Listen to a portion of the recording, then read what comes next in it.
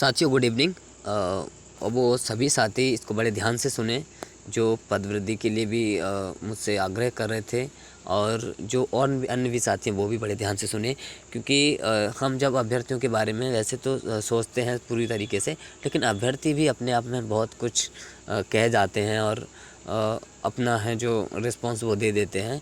तो साथियों, जैसे कि पता है आपको कि शुरुआती दौर में अगर वर्ग 3 की बात करें तो शुरुआती दौर में पदवृद्धि की 51,000 की मांग चल रही थी, ठीक है। लेकिन समय रहा काफ़ी कुछ संघर्ष करने के बाद वो पूरा नहीं हुआ, है ना, उसको सरकार ने नहीं माना। लेकिन साथियों, जैसे कि ये हम आपको बता दें कि अभी हाल ही में हमने एक सोचा था, क्यों ना कुछ बहुत साथी हमसे कह रहे थे कि बहुत ज़्यादा कुछ कहने के बाद, बहुत ज़्यादा कुछ कहने के बाद हमने सोचा था कि हम प्रमुख 4 मांगों को लेकर अपनी तो उठा ही रहे हैं, साथ में हम पदवृद्धि की मांग को भी इंक्लूड करके एक अच्छा सा जो है प्रदर्शन कर लेते हैं, एक अच्छी सी मांग उठा लेते हैं, शायद कुछ पॉजिटिव रिस्पॉन्स मिल जाए। लेकिन साथियों, एक आश्चर्य की बात ये है कि जैसे कि आपको पता होगा, हम 2 तारीख को हमने परमिशन लेने की कोशिश भी की थी लेकिन नहीं मिली थी, लेकिन उसमें हमने पदवृद्धि को इंक्लूड करने की पूरी कोशिश की। साथियों, अब आप जानते हैं कि रिस्पॉन्स कैसा आया अभ्यर्थियों का।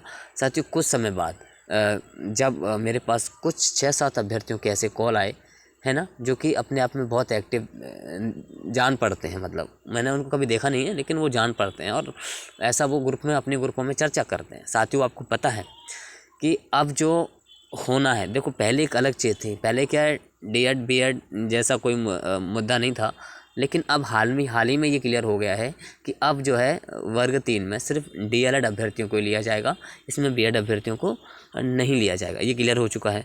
तो साथियों, और अभी आपको पता होगा कि हाल ही में अभी छत्तीसगढ़ में डी.एड. अभ्यर्थी अपने हक और अधिकार के लिए वो माननीय सुप्रीम कोर्ट से जीतने के बाद, वो अब माननीय उसमें भी जीतने के बाद अपने उस संघर्ष को, मतलब उस अपनी मांग को वो धरातल पे भी उतर आए हैं, मतलब वो कानून के साथ साथ धरातल पे भी लड़ रहे हैं। तो कुछ साथियों का क्या कहना था वो मैं आपको बताता हूँ, ठीक है। हम तो सबके लिए सोच रहे हैं लेकिन सब उस तरीके से नहीं सोच पा रहे हैं।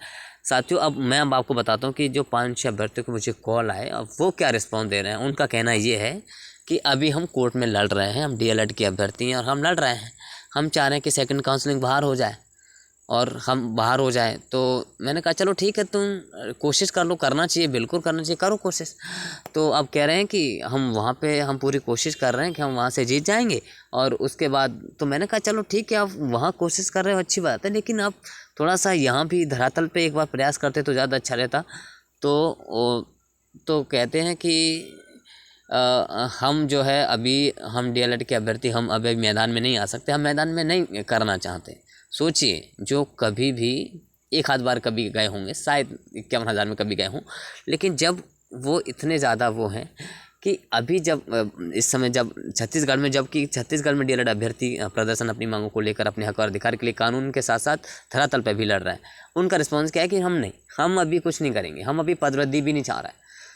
तो हमने कहा देखो, मुझे डी.एड. जैसा कुछ पर्सन है तो अलग बात है, बट हम पदवृद्धि की मांग को तो उठा सकते हैं।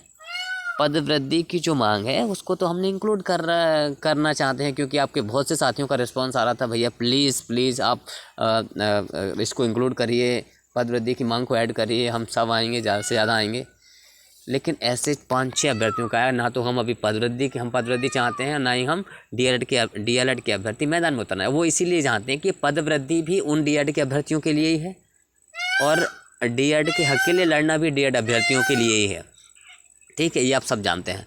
तो उनका कहना ये है कि हम अभी बिल्कुल सहमत नहीं हैं, और हम ना अभी डी.एड. अभ्यर्थी, ना हम धरातल पे अभी आएंगे, और ना ही हम पदवृद्धि चाहते हैं, ना ही हम पदवृद्धि के लिए मैदान में आपके पास आ पाएंगे, क्योंकि हम ये चाह रहे हैं, हम अपनी जो कोशिश में लगे हुए हैं वो ये है कि हम सेकंड काउंसलिंग को बाहर कराएंगे, हम उसमें लगे हुए हैं। तो हमने कहा ठीक है, इसके बाद मैं आपको कभी भी, ना तो मैं आपको ये कहूँगा कि भैया डी.एड. अभ्यर्थी कभी आए, ना मैं ये कहूँगा कि पदवृद्धि के लिए, पदवृद्धि का मतलब अब सिर्फ डी.एल.एड. अभ्यर्थियों की जॉब से संबंधित हो गया है, क्योंकि अब जो पदवृद्धि होनी है उसका सीधा फ़ायदा डी.एड. अभ्यर्थियों को ही होना है ना, ये एक अलग पॉइंट है।